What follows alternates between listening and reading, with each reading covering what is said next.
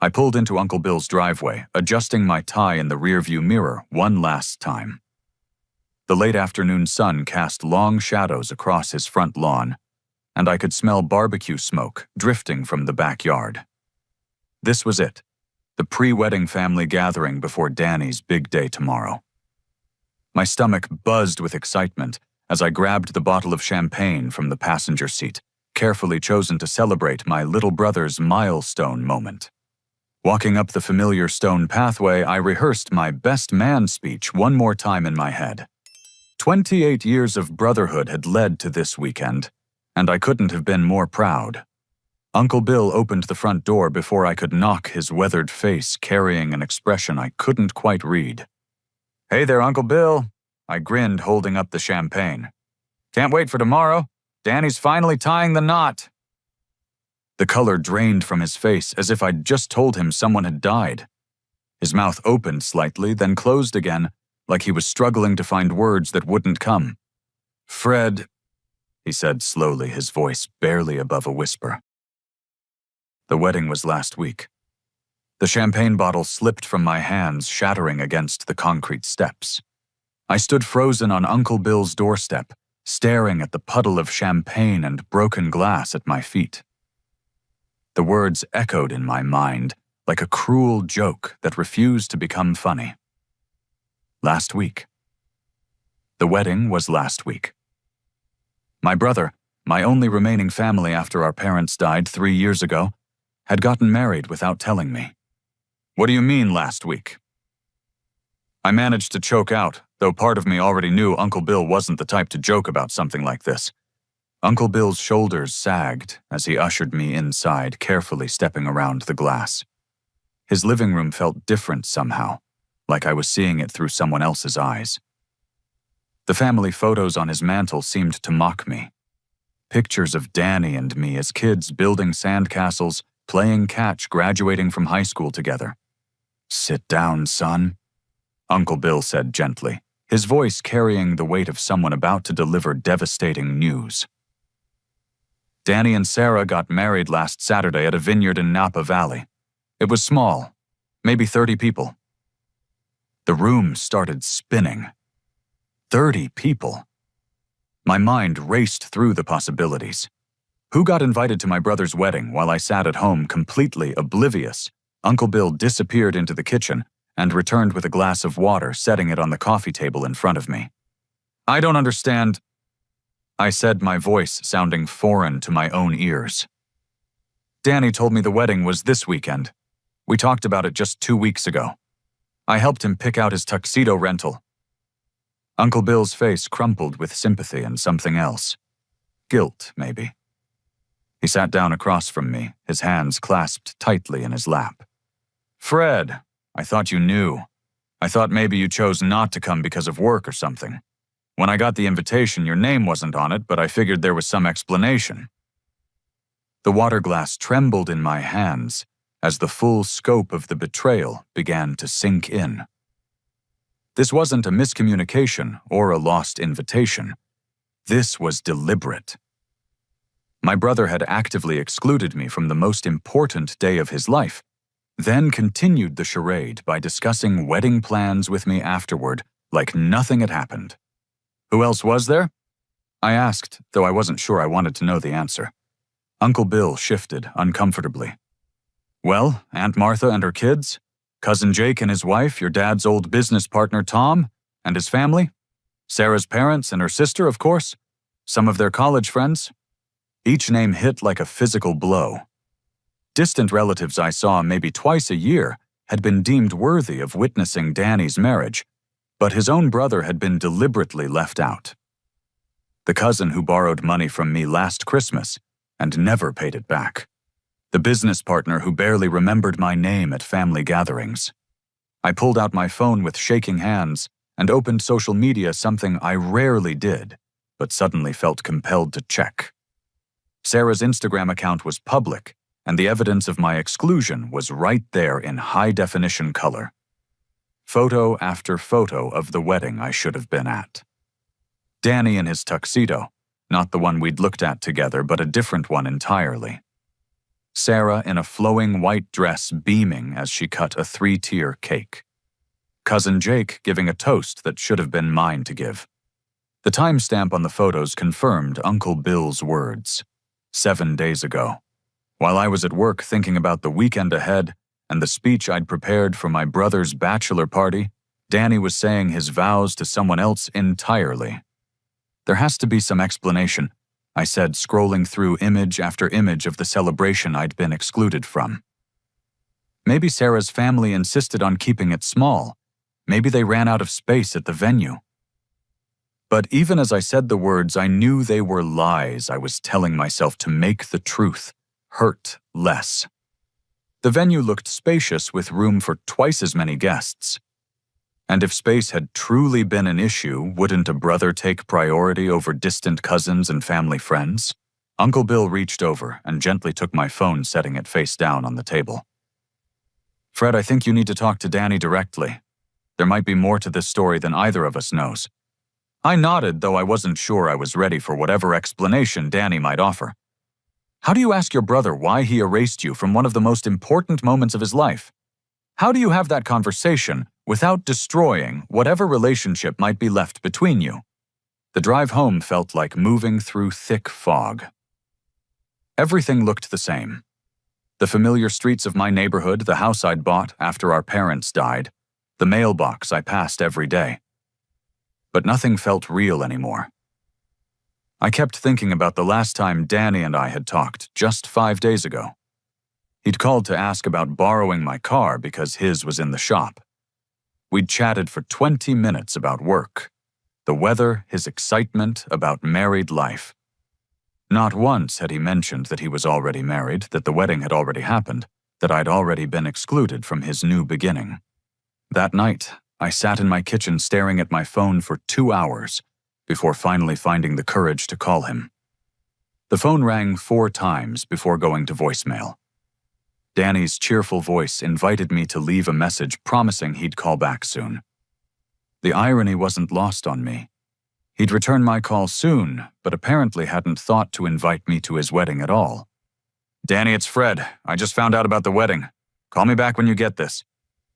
He didn't call back that night, or the next day, or the day after that. 3 weeks passed without a word from Danny. I'd left 4 more messages, each one shorter and more resigned than the last. I'd started to accept that maybe this was how our relationship would end, not with a fight or an argument, but with silence and the slow dissolution of 28 years of brotherhood. Then my phone rang on a Tuesday evening while I was grading papers at my kitchen table.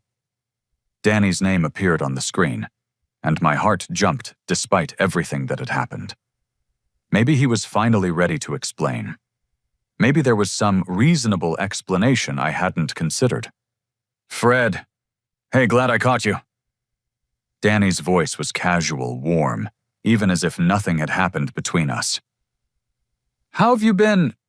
I've been better, I said, carefully setting down my red pen. I left you some messages. Yeah, sorry about that. Things have been crazy with the move and getting settled into married life. Actually, that's why I'm calling. Sarah and I have a favor to ask. A favor. Not an apology, not an explanation for why I'd been excluded from his wedding, but a favor. I gripped the phone tighter, waiting for whatever was coming next. We want to celebrate our 1-month wedding anniversary, and we were hoping we could use your place up at Lake Tahoe for the weekend.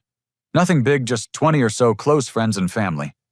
Sarah's been dying to see the lake house, and it would mean so much to us. The audacity took my breath away.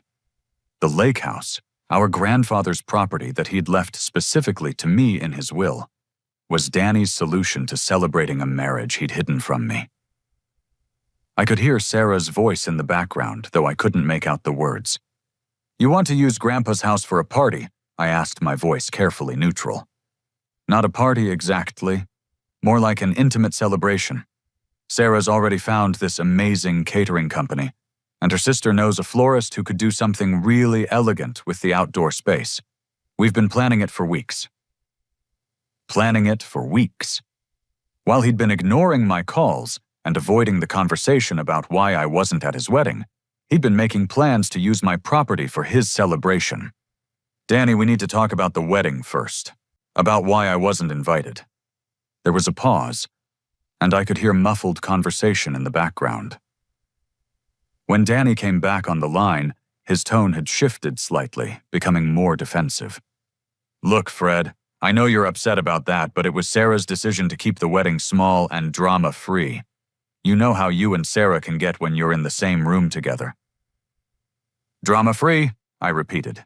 Danny, I'm your brother. We had one disagreement about politics 6 months ago. It was more than just politics, and you know it. Sarah felt uncomfortable about having someone there who might create tension on our special day. She wanted everything to be perfect. The Sarah in question must have been listening to the conversation because suddenly I could hear her voice more clearly as she took the phone from Danny. Fred, hi, it's Sarah. Listen, I know this is awkward, but what's done is done. The wedding was beautiful, and Danny and I just want to focus on the future now. We're hoping you can put aside whatever hurt feelings you have and help us celebrate this milestone. Consider it a chance to make up for missing our special day. Make up for missing their special day, as if I'd chosen to miss it rather than being deliberately excluded. The manipulation was so blatant it was almost impressive. Sarah, I wasn't invited to the wedding. I didn't choose to miss it. Well, like I said, what's done is done. The question now is whether you're going to continue holding a grudge or whether you're going to be supportive family. We've already told everyone the celebration will be at your lake house, so it would be really embarrassing if we had to change venues now. And there it was. They'd already committed my property without asking permission, putting me in a position where refusing would make me look petty and vindictive to their friends and family. I could picture the story they'd tell. Poor Danny and Sarah just trying to celebrate their love, but Fred was too bitter about the wedding to let them use his lake house. You already told people it would be at my house before asking me. Danny took the phone back. We just assumed it would be okay. It's not like you ever used the place anyway, and we're family. Families help each other out. The irony was stunning. Families help each other out according to the brother who'd hidden his wedding from me. Families support each other from the man who deliberately excluded me from the most important day of his life. I need some time to think about this, I said. Fred, come on. The catering is already booked. Sarah spent hours picking out decorations. Her parents are flying in from Phoenix specifically for this. You're not seriously going to say no, are you? The pressure was immediate and intense. They'd created a situation where my refusal would inconvenience not just them, but Sarah's family and their friends. It was a masterful manipulation. Create consequences that extended beyond just the two of them, making my potential refusal seem cruel and unreasonable. I said I need time to think about it. There was another muffled conversation in the background, and when Sarah came back on the line, her voice had an edge to it that hadn't been there before. Fred, I'm going to be direct with you. This celebration means everything to Danny and me. We're asking you as family to help us mark this important milestone in our relationship. If you can't do this one small thing for us, then maybe you need to examine what kind of brother you really are. The call ended shortly after that, but the message was clear. Agree to let them use my lake house or be branded as a selfish brother who couldn't put aside his hurt feelings for the sake of family harmony. They'd positioned themselves as the reasonable ones, just asking for a simple favor, while painting me as the petty sibling who couldn't let go of past grievances. I sat in my kitchen long after the call ended, staring at the phone and trying to process what had just happened. In the span of a 20-minute conversation, I'd been asked to provide a venue for celebrating a marriage I'd been excluded from, been blamed for my own exclusion, and been manipulated into a corner where refusing would make me the villain in their story. The lake house sat empty most of the year. That much was true. I'd inherited it when Grandpa died, along with the responsibility of maintaining a property I could only visit a few weekends each year. But it was more than just a house to me.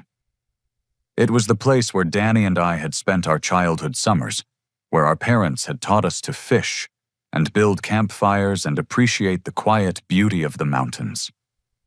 It was the last tangible connection to our family history, and the idea of turning it into a venue for celebrating a marriage I'd been deemed unworthy to witness felt like a betrayal of everything it represented.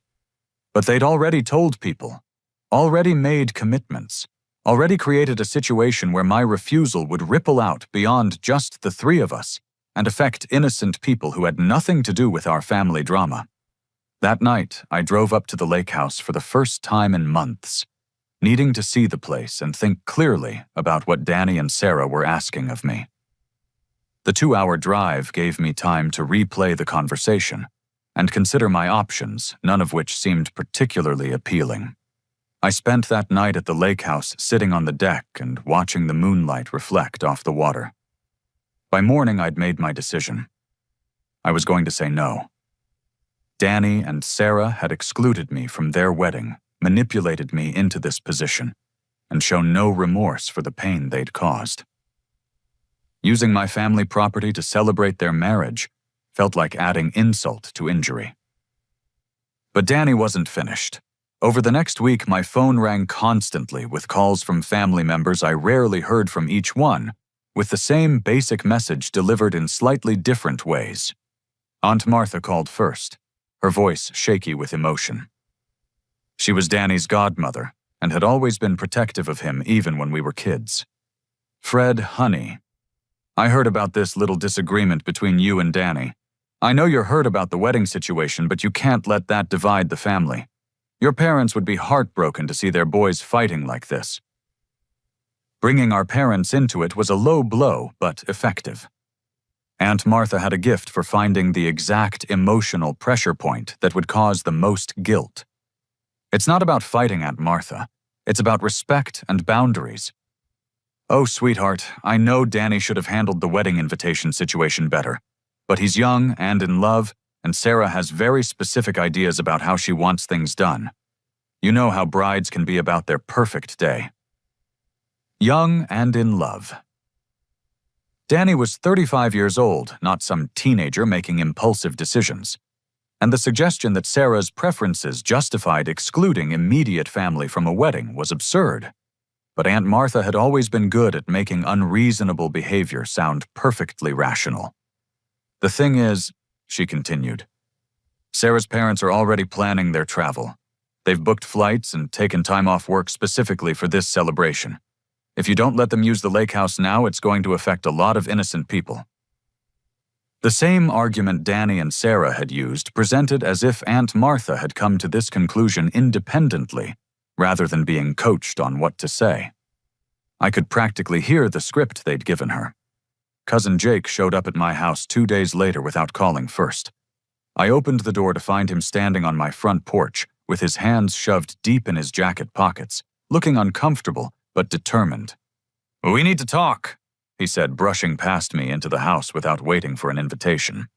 Jake and I had never been particularly close. He was 5 years older and had always treated Danny and me like annoying little kids even into our 30s. The fact that he'd been invited to the wedding while I hadn't still stung, but I was curious enough about his sudden appearance to hear what he had to say. "Look, Fred, I know this whole situation is messed up. Danny should have invited you to the wedding, no question. But that ship has sailed, and now we're dealing with the aftermath." He settled onto my couch without being asked, making himself at home in a way that immediately put me on edge. "The thing is, Danny and Sarah are struggling financially right now. Sarah's student loans are crushing them, and Danny's job doesn't pay nearly enough to cover their expenses. This anniversary celebration isn't just about having a party. It's about them being able to invite their friends and family to something nice without going into debt." This was news to me. Danny worked as a software developer for a tech startup, and while it wasn't a Fortune 500 salary, it was comfortable middle-class income. Sarah worked in marketing for a non-profit organization. Combined, they should have been doing fine financially, especially with no children to support. If they're struggling with money, maybe they shouldn't be throwing an anniversary party with catering and flowers, I pointed out. Jake shifted uncomfortably, his story apparently not accounting for this obvious contradiction. "It's complicated. Sarah's parents are helping with some of the costs, but they can't cover everything. The venue is the biggest expense, and if you let them use your place, it would save them thousands of dollars they don't have. Something about Jake's explanation didn't add up, but I couldn't pinpoint exactly what was bothering me. He seemed nervous, like he was reciting lines he'd rehearsed, rather than speaking from genuine concern for Danny's financial situation. "Why are you really here, Jake?" He looked away, unable to meet my eyes directly. "Danny asked me to talk to you. He said you weren't being reasonable about the lake house, and he thought maybe hearing from someone outside the immediate situation might help you see things differently." So this wasn't Jake's idea, or his genuine concern for Danny's well-being. This was a coordinated effort to pressure me into compliance using family relationships as leverage to get what they wanted. Uncle Bill called that evening, and the conversation was the most difficult of all because I could hear the genuine conflict in his voice. Unlike Aunt Martha's emotional manipulation or Jake's rehearsed arguments, Uncle Bill sounded like someone being torn in two different directions. "Fred, I've been thinking about this situation non-stop since you found out about the wedding. I feel partially responsible because I should have realized what was happening and said something sooner. Uncle Bill, this isn't your fault. You couldn't have known they were keeping it secret from me." "Maybe not, but I could have asked more questions when I didn't see you there. I just assumed there was some explanation I wasn't aware of." There was a long pause, and I could hear Uncle Bill struggling with whatever he was going to say next. "The thing is, Danny came to see me yesterday. He said the family is being torn apart because of this anniversary celebration dispute, and he asked me to talk to you about reconsidering." Another coordinated pressure attempt, but this one felt different because Uncle Bill clearly didn't want to be making this call. He also mentioned that he'd borrowed some money from me a few months ago to help with wedding expenses, and he promised he'd pay it back after the anniversary celebration. If this event doesn't happen, I'm not sure when I'll see that money again. And there it was. Danny had borrowed money from Uncle Bill and was using the repayment as leverage to ensure I'd cooperate with the anniversary celebration plan. It wasn't just emotional manipulation anymore. There were financial consequences for family members if I didn't comply. "How much money, Uncle Bill?" $3,000. I know it doesn't sound like a lot, but with my fixed income, it's significant enough that I was counting on getting it back by the end of this month. $3,000 was definitely significant for Uncle Bill, who lived on Social Security and a small pension from his job at the post office. Danny knew that, and he'd deliberately created a situation where my refusal to provide the lake house would directly impact Uncle Bill's financial situation. "Uncle Bill, if Danny doesn't pay you back, I will. You shouldn't be caught in the middle of this because of the choices he's made." "Fred, that's very generous, but it's not your responsibility to clean up Danny's financial commitments. I just thought you should know that there are consequences beyond just your relationship with your brother." After Uncle Bill hung up, I sat in my kitchen trying to process the scope of what Danny and Sarah had orchestrated. They'd created a web of financial and emotional obligations that extended throughout our extended family, making my refusal to provide the lake house a decision that would hurt innocent people who had nothing to do with the original conflict. It was brilliant manipulation, really. They'd positioned themselves as the victims of my unreasonable stubbornness, while simultaneously creating real consequences that would affect Uncle Bill's financial security, Aunt Martha's emotional well-being, and the travel plans of Sarah's family. But it was also a revelation about who Danny had become, or maybe who he'd always been, but I'd been too blind to see clearly. The brother I thought I knew would never have leveraged family relationships this way. The Danny I remembered would have been horrified at the idea of using Uncle Bill's financial vulnerability as a tool to get what he wanted. That night, I made a decision that would change everything. Instead of continuing to react to Danny and Sarah's pressure campaign, I was going to take control of the situation and find out exactly what I was dealing with. If my brother had become someone capable of this level of manipulation, I needed to understand the full scope of what was happening before I made any decisions about the lake house or our relationship moving forward. The next morning, I did something I'd never imagined I'd need to do regarding my own brother. I hired a private investigator. The decision felt surreal, like I was living in someone else's life. But the inconsistencies in the stories I'd been told were eating at me. Danny claiming financial struggles while throwing an expensive anniversary celebration. Sarah's family flying in from Phoenix for a 1-month anniversary party. Jake's nervous demeanor when explaining Danny's supposed money problems. The investigator I hired was a middle-aged woman named Linda Rodriguez, who specialized in background checks and financial investigations. She had a no-nonsense attitude and 20 years of experience, and she listened to my story without judgment or surprise, as if families hiring her to investigate their own relatives was a perfectly normal Tuesday morning occurrence. I need to understand what I'm really dealing with, I explained to her in her small office downtown. The stories aren't adding up, and I'm being pressured to make decisions based on information that might not be true. Linda nodded and pulled out a yellow legal pad. Financial records, social media presence, public records, employment verification. Should take about a week to get a comprehensive picture. What's your budget for this? A week felt like forever when family members were calling me daily to pressure me into providing the lake house. But I needed facts, not emotions and manipulation. The preliminary results came back in 5 days, and they were stunning. Linda called me at 7 in the morning, her voice carrying the tone of someone who'd uncovered something significant. "Fred, you need to see this in person. Can you come to my office this morning?" An hour later, I sat across from Linda as she laid out a series of documents that painted a completely different picture of Danny and Sarah's life than the one they'd been presenting to me and our family.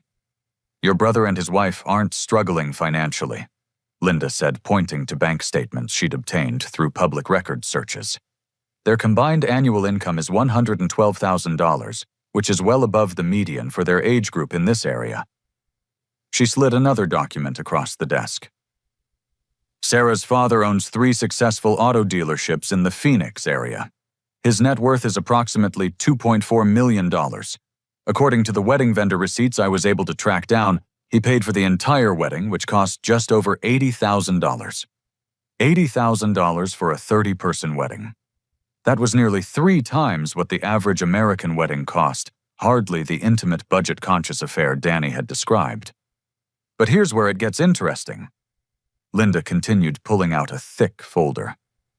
"I found the gift registry from their wedding, and it includes over $50,000 worth of items. According to the completion records, 90% of the registry was fulfilled. $50,000 in wedding gifts, plus an $80,000 wedding paid for by Sarah's father, plus their substantial combined income. The picture of financial struggle they'd painted for the family was completely fabricated." "There's more," Linda said, her expression growing more serious. "I ran a background check on Sarah, and this isn't her first serious relationship. She was engaged 3 years ago to a man named Marcus Chen in Denver."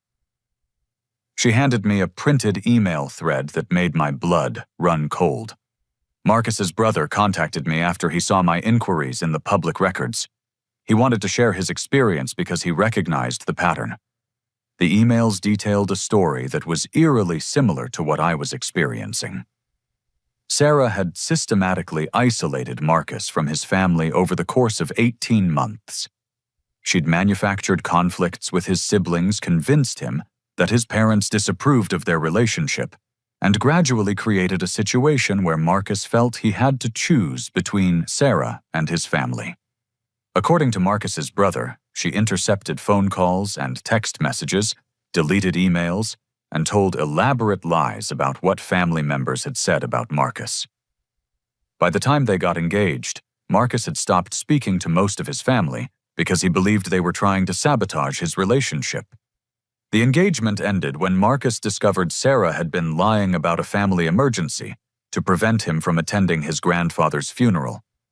When he confronted her about the deception, she became verbally abusive and threatened to harm herself if he left her. Marcus ended the relationship and spent months rebuilding the family connections she'd destroyed. "I think you need to see this," Linda said, handing me another document. Phone records for your brother's number over the past 6 months. The records showed dozens of incoming calls and texts from my number that had apparently never reached Danny.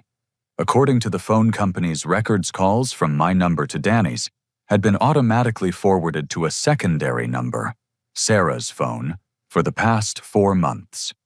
She's been intercepting your communications, Linda explained. Your brother probably has no idea you've been trying to reach him. From his perspective, you've been radio silent since the wedding, which would support whatever story she's been telling him about your reaction. The scope of the deception was breathtaking.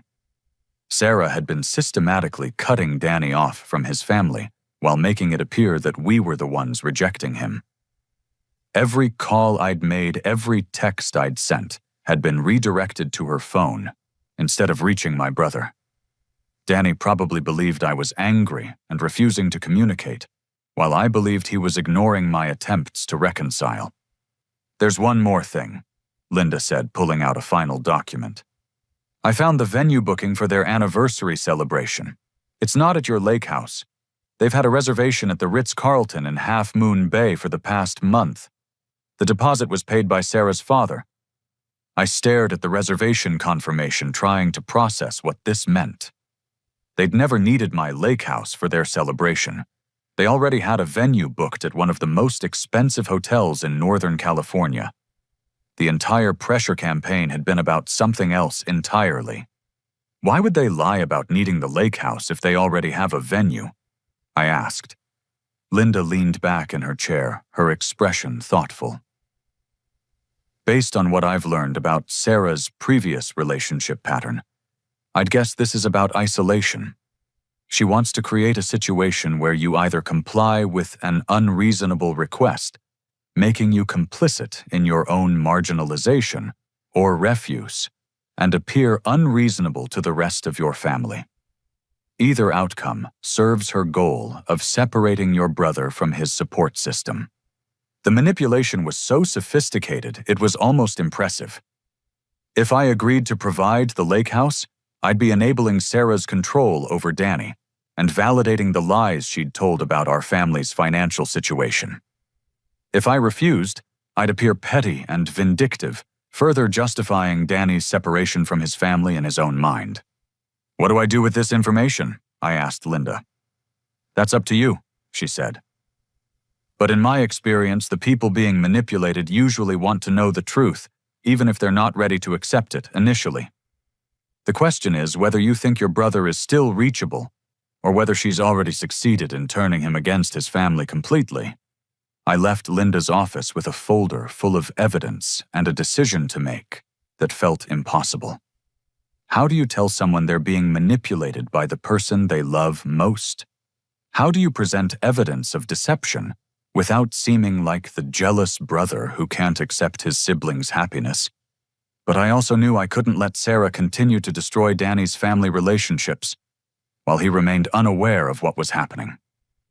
The brother I'd grown up with was still in there somewhere, and he deserved to know the truth about what his wife was doing to the people who loved him. That evening, I called Danny's work number, bypassing Sarah's phone interception system for the first time in months. When he answered, he sounded genuinely surprised to hear from me. Fred, how did you get this number? Danny, we need to talk. In person. There are things you need to know. There was a pause, and I could hear office sounds in the background.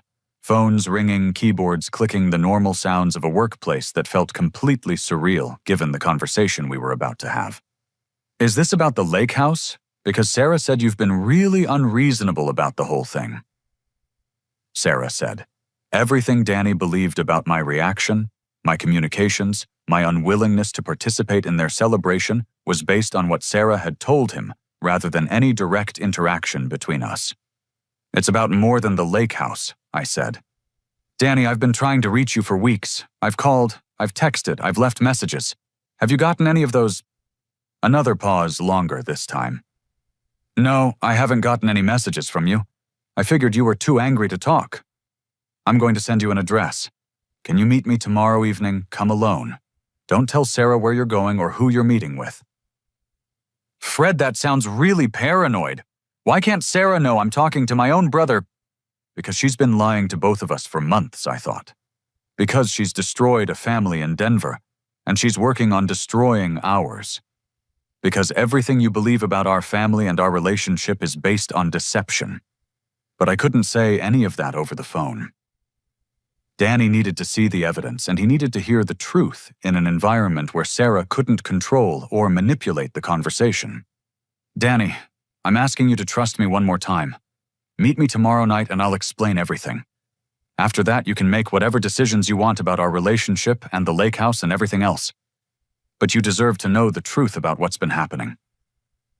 There was a long silence, and for a moment I thought he was going to refuse. Then he sighed, sounding tired and confused. Okay, send me the address. But Fred, whatever you think you know about Sarah or our marriage, you're probably wrong. I love her and she loves me. She's not the villain in this story. After he hung up, I sat in my car in Linda's parking lot, holding the folder of evidence and hoping I was making the right choice. Tomorrow night, I was going to show my brother proof that the woman he loved had been systematically destroying his family relationships. I was going to present evidence that everything he believed about our recent history was based on lies and manipulation. I was either going to save my brother from a destructive relationship, or I was going to lose him forever. Either way, after tomorrow night, nothing would ever be the same between us again. After my conversation with Danny, I spent the entire night developing a plan that felt both necessary and terrifying. Simply presenting him with Linda's evidence wouldn't be enough. Sarah had spent months conditioning him to distrust his family's motives, and any direct confrontation would likely be dismissed as jealousy or manipulation on my part. I needed a strategy that would allow the truth to reveal itself naturally in a way that Danny couldn't deny or rationalize away. The next morning, I called Sarah directly for the first time since their phone call about the lake house. She answered on the second ring, her voice bright and artificially cheerful. Fred, what a nice surprise. I hope you're calling with good news about the anniversary celebration. Actually, I am, I said, forcing warmth into my voice. I've been thinking about what you and Danny said, and you're right. Family should support each other, and I don't want to be the reason your celebration doesn't happen. There was a pause, as if Sarah was trying to determine whether this was genuine or some kind of trap. That's wonderful, Fred. I knew you'd come around once you had time to think about it rationally. The condescension in her voice was barely concealed, but I pressed forward with my plan. There are just a few conditions, family traditions really, that come with using the lake house. Grandpa was very specific about how the property should be used for family celebrations. Of course, Sarah said quickly. We want to honor your grandfather's memory. What kind of traditions? Well, there's a guest book that everyone who uses the house for special occasions has to sign. It's been in our family for 60 years, and Grandpa always insisted that guests write about what the gesture meant to them, how it felt to be welcomed into the family property. This was complete fabrication, but Sarah had no way of knowing that. I was betting on her narcissism and her need to control the narrative about their relationship with my family. That sounds lovely, she said. Very meaningful. And traditionally, the family member who provides the house gives a toast during the celebration, sharing memories and welcoming new family members. It's just something we've always done. Another lie, but one that would give me an opportunity to address their guests directly without appearing to ambush Sarah and Danny. The other thing, I continued, is that Grandpa always insisted the house be properly secured during events. There have been some break-ins in the area recently, so I'd want to activate the security system during your celebration. The cameras record everything, but it's just for safety and insurance purposes. Sarah agreed to all of these conditions without hesitation, probably because she was focused on getting access to the property and didn't consider how these traditions might complicate her plans. There is one other thing, I added. The family usually contributes something meaningful to these celebrations. I'd like to put together a slideshow of family memories to show during the evening, if that's okay. Pictures of Danny growing up, our parents, that kind of thing. I think your guests would enjoy seeing the family history. That sounds perfect, Sarah said. Danny will love that. After ending the call, I contacted Linda and arranged for her to attend the celebration as a catering supervisor. With her investigative background, she'd be perfectly positioned to document whatever unfolded during the evening.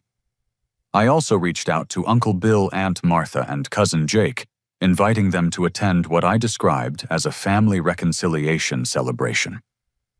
None of them knew about the evidence I'd gathered, but I wanted witnesses to whatever was going to happen.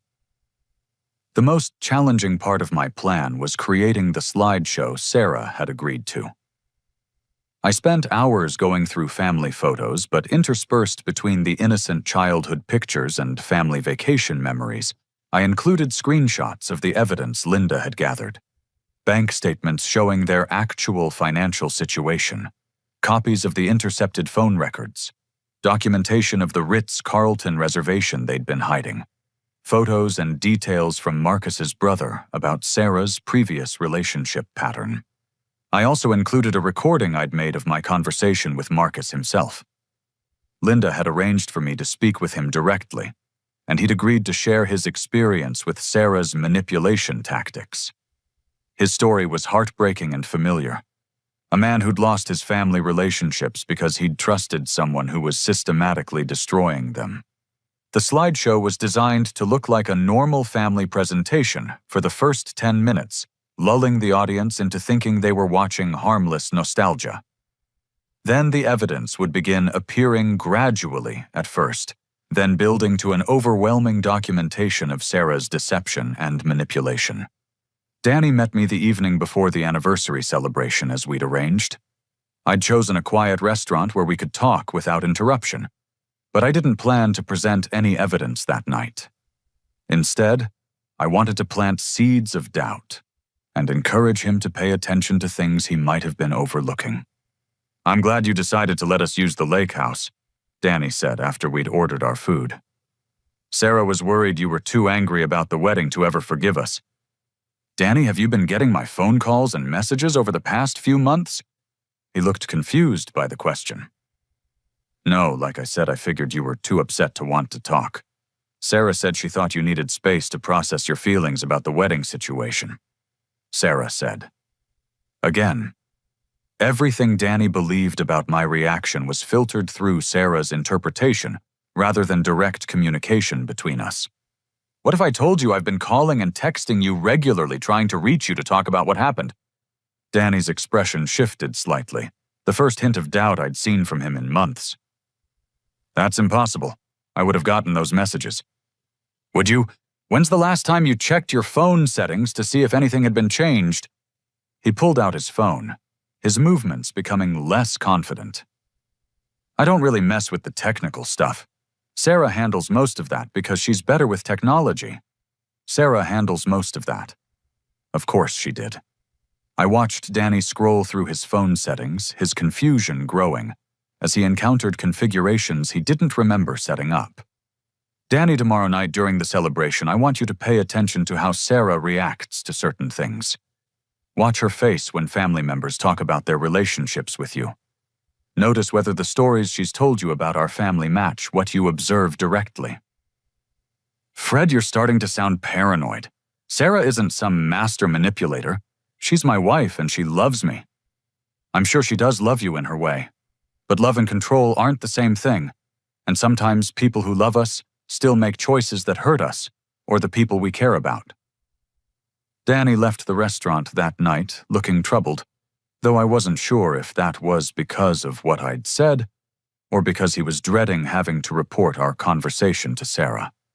Either way, the seeds of doubt had been planted, and tomorrow night's celebration would either help them grow or kill them completely. I spent the rest of that evening making final preparations for what I'd started thinking of as the most important family gathering of my life. Everything I'd learned about Sarah's manipulation tactics suggested that she was most dangerous when she felt cornered or exposed. Tomorrow night was going to corner her completely, and I had no idea how she was going to react when her carefully constructed web of lies began unraveling in front of an audience. But Danny deserved to know the truth about what had been happening to his family relationships, and our extended family deserved to understand how they'd been manipulated into pressuring me. Whatever happened tomorrow night, at least everyone would finally be operating with accurate information instead of Sarah's carefully crafted deceptions.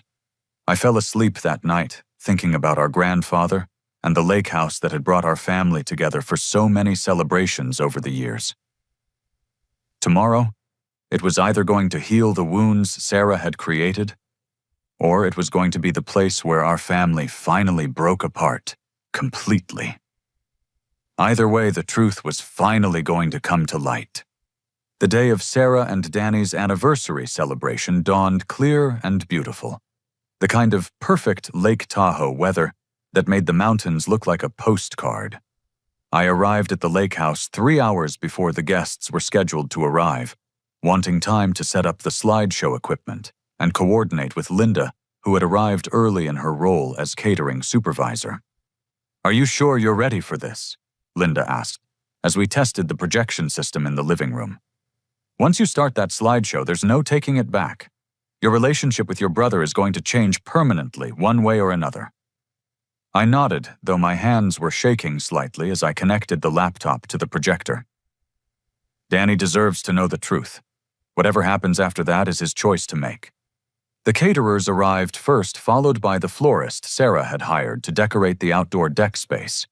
Everything was elegant and expensive, exactly the kind of celebration you'd expect from people with substantial financial resources, not the struggling couple Sarah had described to our family. Uncle Bill arrived early, looking uncomfortable in his best suit, and carrying a wrapped gift that I knew represented a significant expense for someone on his limited income. Aunt Martha came with Cousin Jake and his wife, all of them chattering nervously about the family reconciliation they thought they were attending. "Fred, honey, I'm so proud of you for doing this," Aunt Martha said, pulling me aside as the other guests began arriving. "I know it took a lot of maturity to put aside your hurt feelings and support Danny's marriage." I nodded and smiled, not trusting myself to speak.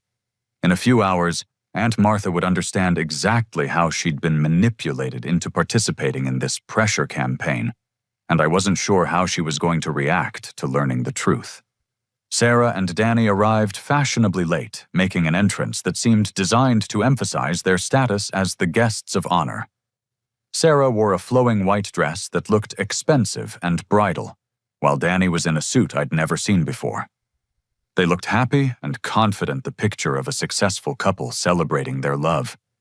"Fred," Sarah said, embracing me with what seemed like genuine warmth. "Thank you so much for this. The house looks absolutely magical." "Danny," I said, shaking my brother's hand, "I'm glad we could make this work." But when I looked into Danny's eyes, I could see something that hadn't been there before. Uncertainty, maybe even suspicion. Our conversation the previous night had clearly affected him, and he was paying attention to things he might have previously ignored. The celebration began with cocktails on the deck, and I watched the family dynamics unfold with new understanding.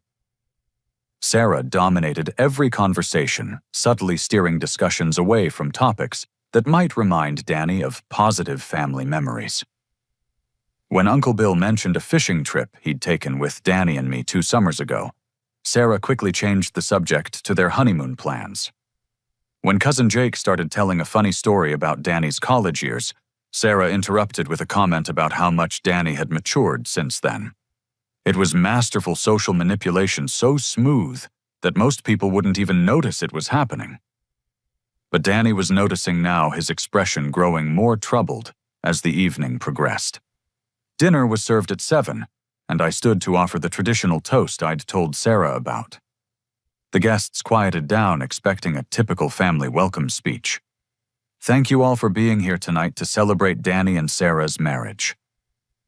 I began, my voice steadier than I'd expected. "Family is the most important thing we have, and it means everything to me that we could all come together like this." I paused, looking around at the faces of people I'd known my entire life. People who'd been manipulated into believing I was the problem in this family conflict. Before we continue with the celebration, I'd like to share some family memories with you all. I put together a slideshow of pictures and moments that show how important Danny has always been to our family. Sarah beamed, clearly pleased with what she thought was going to be a sentimental presentation that would reinforce the family harmony narrative she'd been crafting. The slideshow began innocently enough. Photos of Danny and me as children building sandcastles and riding bikes, pictures from family vacations, Christmas mornings, high school graduations. The guests smiled and murmured appreciatively, enjoying the nostalgic journey through our shared history. Then the first piece of evidence appeared on the screen. A bank statement showing Danny and Sarah's actual financial situation, their comfortable six-figure combined income highlighted in yellow. "That's interesting," I said conversationally. "It looks like Danny and Sarah are doing quite well financially, despite what some of us were told about their struggles." Sarah's face went white, but she recovered quickly. "Fred, what is this? Why are you showing private financial information?" "Because our family was told that Danny needed our help due to financial hardship. Uncle Bill was asked to loan money based on that claim. It seemed important for everyone to know the truth." The next slide showed the receipts from their $80,000 wedding paid for by Sarah's father. Then came the documentation of their $50,000 gift registry, 90% of which had been fulfilled. Danny stared at the screen, his confusion evident. "Sarah, you told me we needed to keep the wedding small because we couldn't afford anything bigger." "We did need to keep it small," Sarah said quickly. "Just because my father helped doesn't mean we're wealthy." But the next slide showed Sarah's father's net worth and business holdings, followed by documentation of the Ritz-Carlton reservation they'd hidden from everyone. "You already have a venue booked for tonight," I announced to the room. "A reservation that's been in place for a month, paid for by Sarah's father. This celebration was never about needing my lake house." The room erupted in confused murmurs as family members tried to process what they were seeing. But the most damning evidence was still to come. The phone records appeared on screen, next showing months of intercepted calls and messages between Danny and me. Every attempt I'd made to contact my brother, every message I'd left trying to reconcile after the wedding, had been diverted to Sarah's phone. "Danny," I said, my voice gentle but firm, "you haven't been getting my calls because Sarah has been intercepting them. For 4 months she's been cutting off communication between us, while telling you I was too angry to reach out." Danny turned to stare at his wife, his face a mixture of shock and growing anger. "Sarah, is this true?" "It's not what it looks like," Sarah said, her composure finally beginning to crack. "I was trying to protect you from his negativity. He was saying horrible things about me, about our marriage." "Show them the recording!" "Fred," Linda called out from the back of the room, her cover as catering supervisor now irrelevant. The slideshow continued with audio from my conversation with Marcus, Sarah's previous fiancé. His voice filled the room as he described the identical pattern of isolation and manipulation he'd experienced, the systematic destruction of his family relationships, the lies and intercepted communications.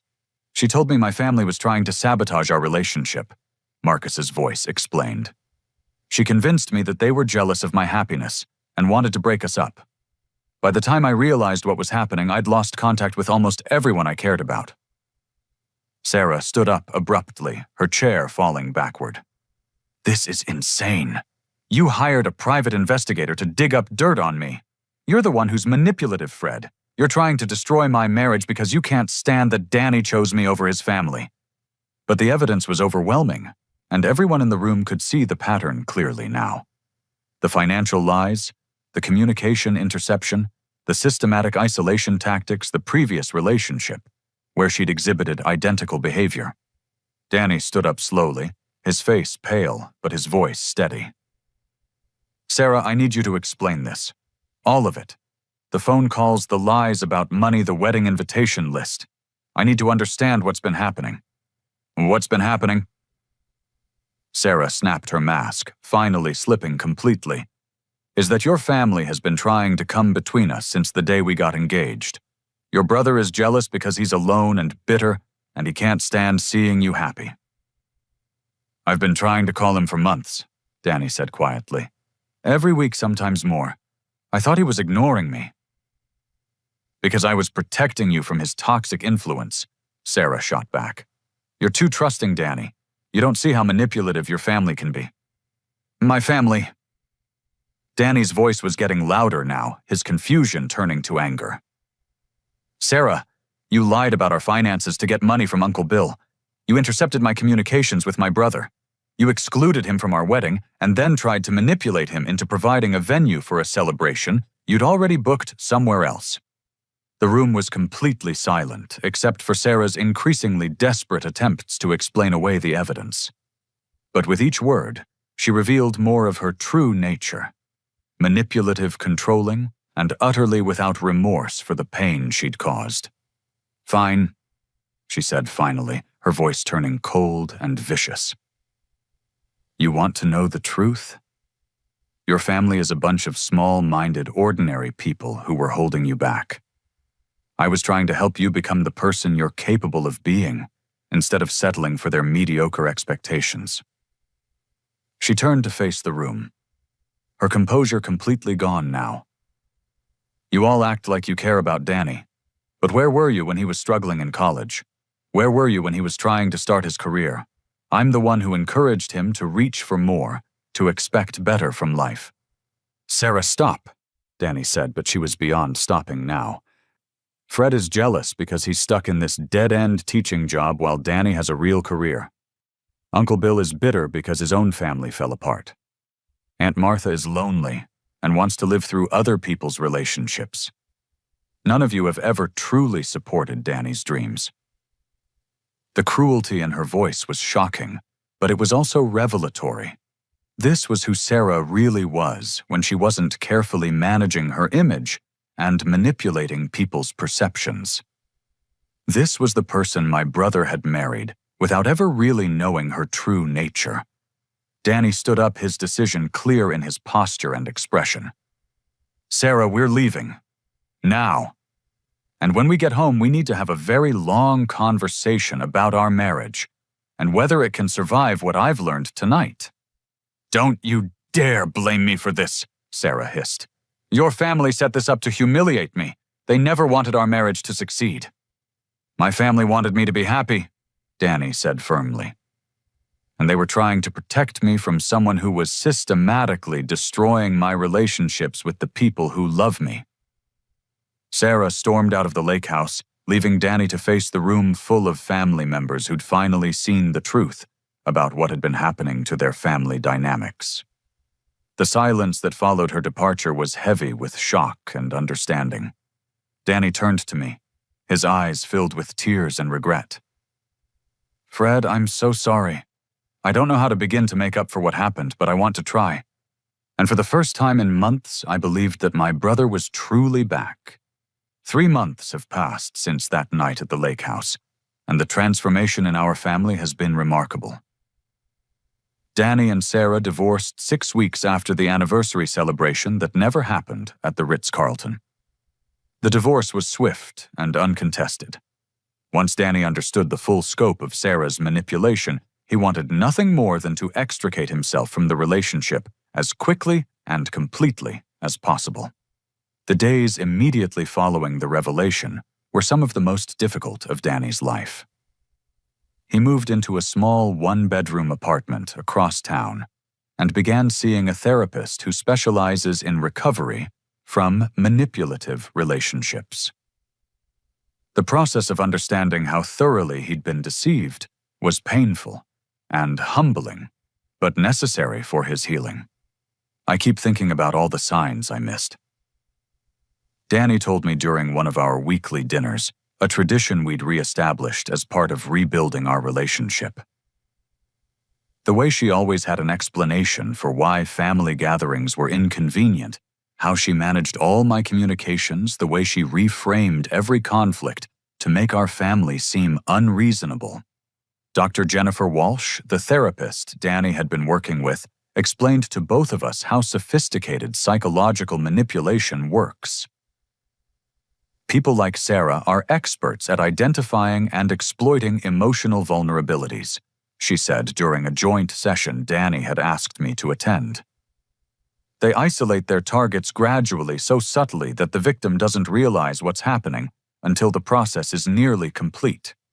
Understanding the psychology behind Sarah's behavior helped Danny forgive himself for falling victim to her tactics, but it also made him more determined to rebuild the relationships she'd damaged. The first step was making amends with our extended family, particularly Uncle Bill, who had been financially manipulated into the pressure campaign. Danny paid back the $3,000 Uncle Bill had loaned him plus interest within a week of the divorce filing. But more importantly, he sat down with Uncle Bill and took full responsibility for allowing his wife to use Uncle Bill's financial vulnerability as leverage. "I should have questioned why Sarah knew about your loan," Danny said during their conversation. "I should have realized that using your financial situation to pressure Fred was manipulative and wrong. I'm sorry I let that happen." Uncle Bill, true to his generous nature, forgave Danny immediately. "You were being manipulated too, son. The important thing is that you recognized what was happening and chose to make it right." The reconciliation with Aunt Martha was more complicated because she'd been the most emotionally invested in pressuring me to comply with Sarah's demands. Learning that she'd been manipulated into participating in a campaign designed to isolate Danny from his family hit her particularly hard. "I feel like such a fool," she told me tearfully during a family dinner at her house. "I was so focused on keeping the family together that I didn't see I was actually helping someone tear it apart." "Aunt Martha Sarah is a professional manipulator," I replied. "She's destroyed families before ours, and she knew exactly which emotional buttons to push to get the reactions she wanted. You were trying to protect Danny's happiness. That's not foolish. It's loving." Cousin Jake's reaction was perhaps the most interesting because it revealed how much guilt he'd been carrying about his role in the pressure campaign. He admitted that he'd known something felt wrong about the story Sarah and Danny had told him, but he'd pushed aside his doubts because confronting them would have been uncomfortable. "I should have asked more questions," Jake said during a family barbecue we held to celebrate Danny's new apartment. "I should have trusted my instincts when the financial story didn't add up. Instead, I just went along with what they asked me to do." "We all made mistakes," Danny replied.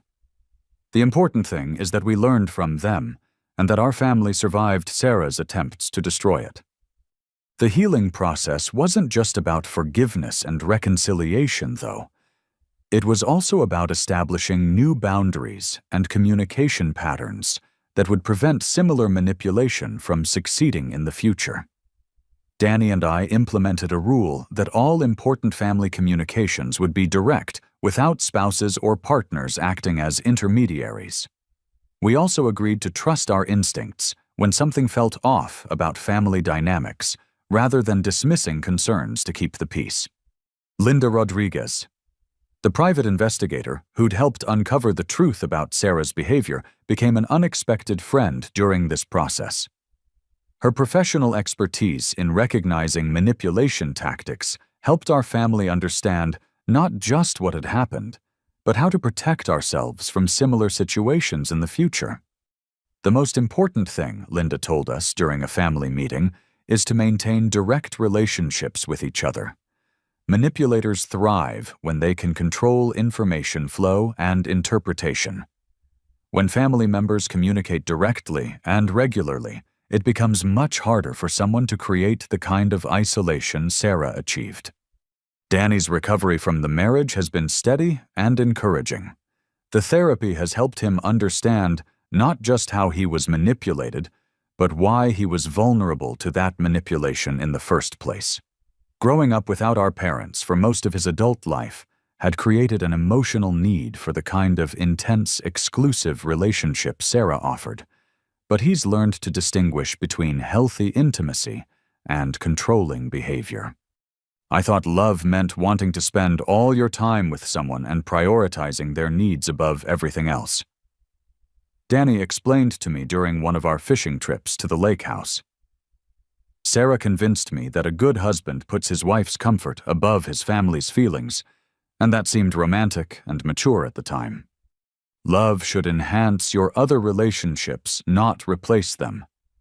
I replied, thinking about the lesson our parents had tried to teach us before they died.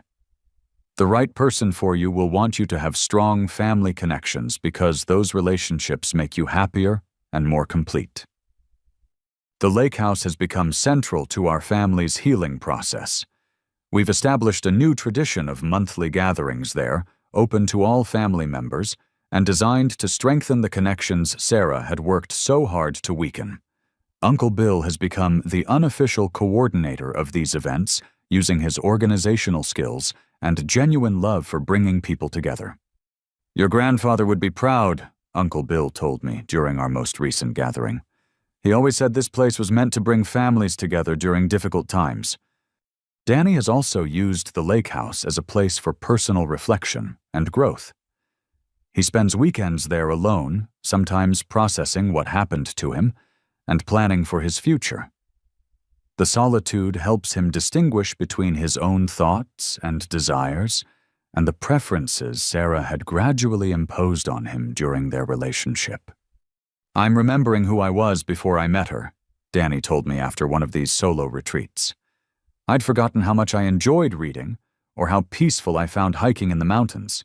Sarah always preferred indoor activities and cultural events in the city, and gradually I stopped doing the things I actually enjoyed. The most significant change in Danny's perspective has been his understanding of what healthy boundaries look like in relationships. Dr. Walsh helped him see that Sarah's behavior wasn't just manipulative. It was also a sign of her own psychological instability and inability to form genuine connections with others. People who truly love you want you to maintain your independence and your other relationships, Dr. Walsh explained. They don't try to become your entire world because they understand that's not healthy for either person in the relationship. As for my own growth through this experience, I've learned the importance of trusting my instincts about people and situations, even when those instincts make me uncomfortable or go against what others are telling me. The pressure campaign our family mounted to convince me to provide the lake house was effective because it appealed to my desire to be seen as a good brother and family member. But giving in to that pressure would have enabled Sarah's manipulation and validated her tactics. Sometimes the most loving thing you can do is refuse to participate in someone's destructive pattern. I've come to understand. Saying no to unreasonable demands isn't selfish. It's often the only way to protect the people you care about from their own poor choices. The experience has also taught me about the difference between forgiveness and enabling. I forgave Danny for his role in excluding me from his wedding and pressuring me about the lake house. But that forgiveness came with clear boundaries about how I expected to be treated moving forward. Healthy forgiveness includes both understanding and accountability. Today, Danny and I have dinner together every Tuesday evening, alternating between his apartment and my house. We talk about everything: work, relationships, family, our plans for the future. The easy communication we'd shared as children has returned, but it's deeper now, informed by adult understanding of how precious and fragile family relationships can be. I almost lost you, Danny said to me recently as we watched the sunset from his apartment balcony. I almost let someone convince me that my own brother was the enemy. I can't believe how close I came to destroying the most important relationship in my life. But you didn't, I reminded him. When it mattered most, when you had to choose between believing what someone was telling you and trusting what you could see with your own eyes, you chose to see the truth. That's what saved our relationship. Looking back on this entire experience, I'm struck by how much our family has grown stronger through surviving Sarah's attempts to destroy it. We communicate more directly, now trust each other more completely, and value our connections more deeply because we've seen how easily they can be threatened. Uncle Bill has become more assertive about expressing his opinions and concerns rather than trying to keep peace by staying neutral in family conflicts. Aunt Martha has developed better boundaries around her desire to fix other people's problems, understanding that sometimes helping means stepping back rather than getting more involved. Cousin Jake has learned to trust his instincts and ask difficult questions when something doesn't feel right, rather than going along to avoid confrontation. As for me, I've gained confidence in my ability to protect what matters most to me, even when that protection requires difficult choices and uncomfortable confrontations. The lake house remains a symbol of our family's resilience and our commitment to each other, but it's no longer just a place we visit. It's become a reminder of what we're willing to fight for when our relationships are threatened. Danny is dating someone new now, a teacher named Amanda, who works at a school in the next district over from mine. Their relationship is completely different from his marriage to Sarah, open, honest, and inclusive of family and friends. Amanda encourages Danny's relationship with our family and often joins our Tuesday dinners or weekend gatherings at the lake house. The difference is night and day. Danny told me after introducing Amanda to the family. Amanda asks about my family, wants to hear funny stories about our childhood, encourages me to maintain my friendships and hobbies. Being with her makes me feel more like myself, not less. The contrast with Sarah's behavior is striking and instructive. Healthy relationships enhance your connection to the people and activities that make you happy, while manipulative relationships gradually isolate you from everything except the manipulator. As I finish telling this story, I'm sitting on the deck of the lake house, watching Danny and Amanda teach Uncle Bill how to use his new fishing rod, while Aunt Martha and Cousin Jake prepare dinner in the kitchen. The sounds of family laughter and conversation fill the evening air, and I'm reminded of all the celebrations this place has hosted over the years. The anniversary celebration Sarah and Danny had planned never happened, but we've created something better. A tradition of regular gatherings that celebrate not just milestones and achievements, but the simple fact that we chose to fight for each other when our relationships were threatened. The most important lesson I've learned from this experience is that love sometimes requires saying no to the people we care about. Refusing to enable Danny's exclusion of me from his wedding, declining to provide the lake house for their manipulative celebration, and insisting on direct communication, despite family pressure, were all acts of love disguised as acts of refusal. Sometimes protecting the people we care about means refusing to participate in their destructive choices, even when that refusal makes us temporarily unpopular or misunderstood.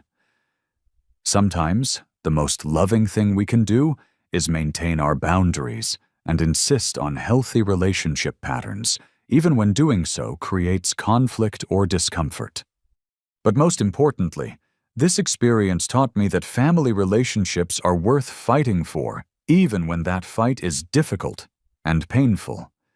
Danny and I could have allowed Sarah's manipulation to destroy our brotherhood permanently. Our extended family could have remained divided by the lies and pressure tactics she employed.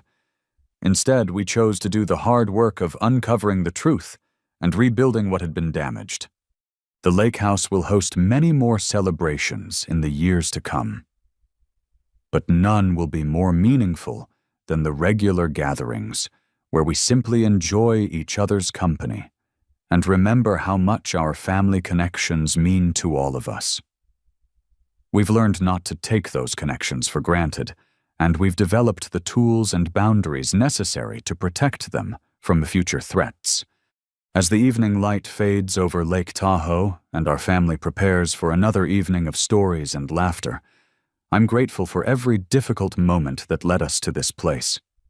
We're stronger now, wiser, and more committed to each other than we were before Sarah tried to tear us apart.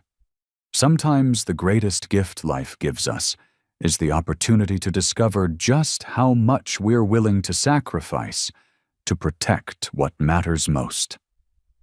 For our family, that gift came wrapped in betrayal and manipulation, but it revealed the depth of our love for each other and our commitment to staying connected no matter what challenges we face. That's a lesson worth sharing and a truth worth fighting for no matter how difficult the battle becomes.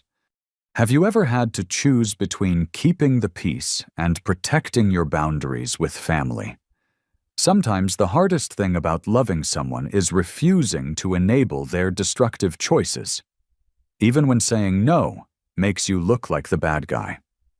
I'd love to hear about your experiences with family dynamics and how you've handled situations where someone tried to manipulate your relationships. Please share your thoughts in the comments below. And if this story resonated with you, don't forget to like this video, subscribe for more real-life stories about family relationships and standing up for what's right, and share it with someone who might benefit from hearing about the importance of healthy boundaries. Thank you for listening to my story, and I hope it helps you protect and strengthen the relationships that matter most in your own life.